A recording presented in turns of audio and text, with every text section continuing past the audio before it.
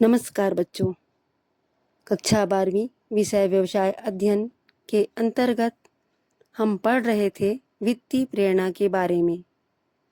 क्या केवल पैसा ही कर्मचारियों को मेहनत करने के लिए प्रेरित करता है या फिर सम्मान, प्रशंसा और विश्वास भी उतने ही महत्वपूर्ण होते हैं? आज हम जानेंगे अभिप्रेरणा के सबसे महत्वपूर्ण प्रकार वित्तीय तथा गैर वित्तीय प्रेरणाओं के बारे में। हमारा टॉपिक है वित्तीय प्रेरणा, जिसके अंतर्गत हम पूर्व में 2 भाग को अध्ययन कर चुके हैं। आज हम बोनस के बारे में जानेंगे। पिछले भाग में हमने वित्तीय प्रेरणाओं के कुछ प्रमुख रूपों को समझा था। आज हम आगे के महत्वपूर्ण वित्तीय प्रेरक साधनों को समझेंगे।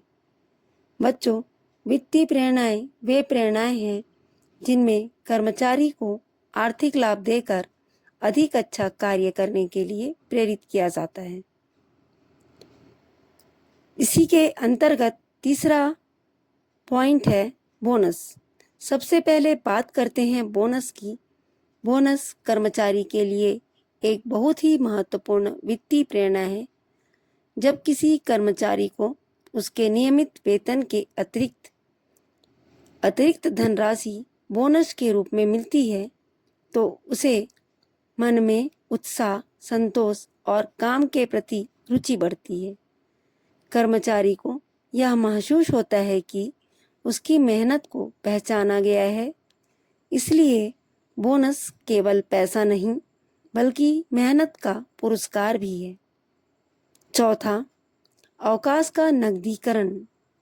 अब बात करते हैं अवकाश का नकदीकरण का। कभी कभी कर्मचारी अपने अवकाश के दिनों में भी कार्य करते हैं। ऐसी स्थिति में संस्था उन्हें छुट्टी के बदले नगद धनराशि प्रदान करती है। इसे ही अवकाश का नकदीकरण कहा जाता है। यह एक बहुत ही प्रभावी वित्तीय प्रेरणा है, क्योंकि इससे कर्मचारी को लगता है कि उसके अतिरिक्त समय और परिश्रम का उचित मूल्य दिया जा रहा है। पांचवा है पेंशन, ग्रेजुइटी आदि। अब समझते हैं पेंशन, ग्रेजुइटी और भविष्य निधि को। जब कोई कर्मचारी लंबे समय तक संस्था में कार्य करता है तो वह अपने भविष्य को लेकर चिंतित भी रहता है।